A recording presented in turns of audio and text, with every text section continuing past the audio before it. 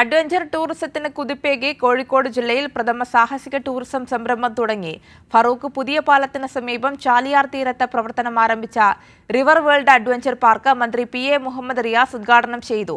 സാഹസിക ടൂറിസം മേഖലാ കാലത്തിനൊത്ത് വികസിപ്പിക്കുമെന്ന് മന്ത്രി പറഞ്ഞു.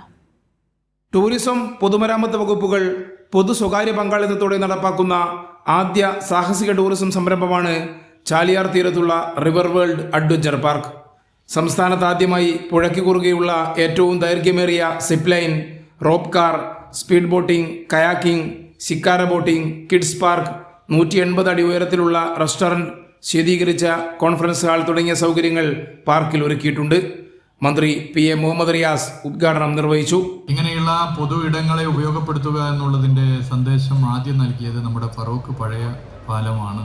സിപ്പ് ലൈൻ കേരളത്തിലെ പല സ്ഥലങ്ങളിലും ഉണ്ടെങ്കിലും ഏറ്റവും ദൈർഘ്യമേറിയ, ഇതും ഒരു പുഴക്ക് കുറുകെ ഏറ്റവും ദൈർഘ്യമേറിയ ആദ്യത്തെ സിപ്പ് ലൈൻ ഇവിടെയാണ് എന്നുള്ള പ്രത്യേകതയുണ്ട് എന്നുള്ള ഞാനിവിടെ ചൂണ്ടിക്കാട്ടുന്നു. ഫറൂഖ് ഗവൺമെന്റ് റെസ്റ്റ് ഹൗസിനു സമീപത്താണ് സാഹസിക വിനോദസഞ്ചാര കേന്ദ്രം. ചാലിയാറിൽ നിന്ന് ഊർക്കടവ് വരെ 17 കിലോമീറ്റർ ദൂരത്തിൽ ഹൗസ് ബോട്ടിംഗ് സൗകര്യവുമുണ്ട്. ഉദ്ഘാടന ചടങ്ങിൽ ഫറൂഖ് നഗരസഭാ ചെയർമാൻ NC റസാഖ്, മുൻ MLA VKC മുഹമ്മദ് കോയ തുടങ്ങിയവർ പങ്കെടുത്തു. കൈരളി ന്യൂസ്, കോഴിക്കോട്.